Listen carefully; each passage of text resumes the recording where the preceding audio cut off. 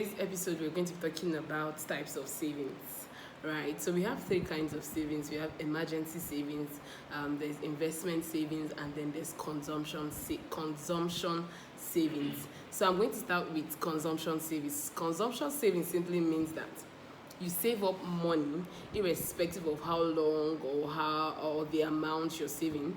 You end up spending the whole money. So let's take, for example, you engaged in 1 year savings, and then at the end of that 1 year you're able to save 200,000, and then you took all of it and you spent it, or you had even incurred some debt. You've bought some things in anticipation for that money, and then as soon as the money came, you used it to clear up those debts and all of those, and that is called consumption savings.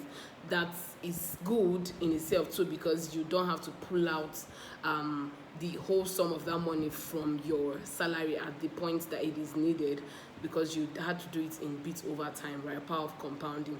So generally all the types of savings uses the principle of compounding, right? So that's number one. And then number two is emergency savings. This kind of savings is also, you also still spend it, but that you only spend it, or you only use it for situations that are emergencies. And mind you, let me bring this to our notice. There are certain things that are not emergency. There are certain expenses or situations that financial situations that are not emergencies. For example, let's take your rent. You have 12 months in a year, and that's the tenor for rent payment, right? So you waiting till the 11th month and then looking for where to borrow, running helter-skelter, and then putting everybody under pressure to help you pay your rent. Rent is not an emergency. You had a whole 11 months and 30 days to plan for your savings, for your rent, but you did not. So you waiting till the 11th month and 11 months and 30 days to look for it is not wisdom. Rent is not an emergency. Another financial situation that is not an emergency is probably your wife giving birth. Your wife giving birth is not an emergency. You had 9 months. You were expecting a baby. Usually they call pregnant women expecting mothers, right? Even the ones who, at the end of it probably lost their children and all of those things, and they had to even go through surgeries to give birth. They are expecting more, and then when you're expecting something, a child for that matter, you know there are expenses that you incur, in fact, that you should have in place. Aside the one the doctor has given you, doctors will usually give you like a list of something. You should have like extra for just in case. So having to say your wife gave birth, you could not pay for her hospital bills and all of those things because you didn't have money. That's financial indiscipline. Yeah, super indiscipline, because you had a whole 9 months. That is you being super careless. So you have a whole 9 months to plan, decide how you want your wife to deliver, what you want to spend, what you want to buy, what you don't want to buy.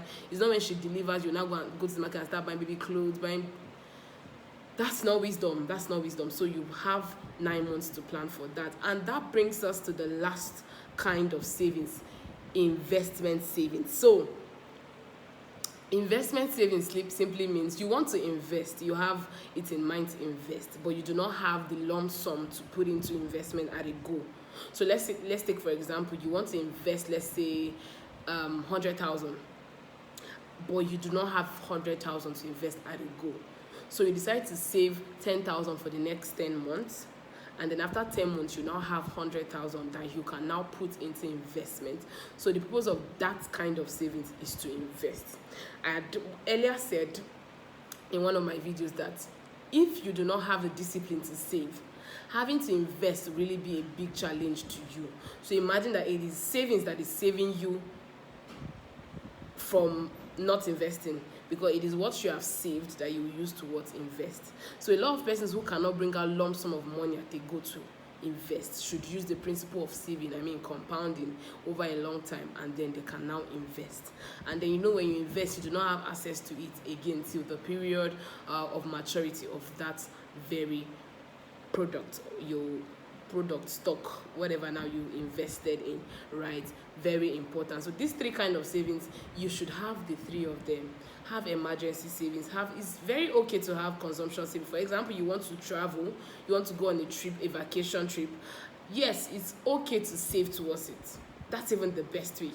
It's okay to save towards it and then make necessary arrangements towards traveling, all the things you will spend, budget what you need, what you want to do on that trip, and then cost it, and then begin to save towards it. And then when you're traveling, you literally will feel like you were dashed the money, because your present state will not feel that feel the weight of that money leaving, because it was compounded over time. So it's very okay to have consumption savings, very okay to also have emergency savings. Emergency savings, let's say for example your car broke down, that's an emergency because you did not plan for your car to break down, or you personally broke down, that's an emergency, you did not plan to break down, or one of your parents had maybe health challenge, or your siblings had school, got admission.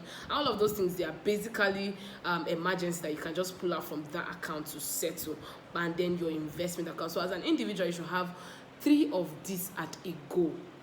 Yes, have the 3 of them at a go. That way, no part of your financial life is suffering, because you are servicing your investment, you're servicing your emergency, and then you're also servicing your consumption. So you can both live your baby girl lifestyle, baby boy lifestyle, and then you're still investing wisely.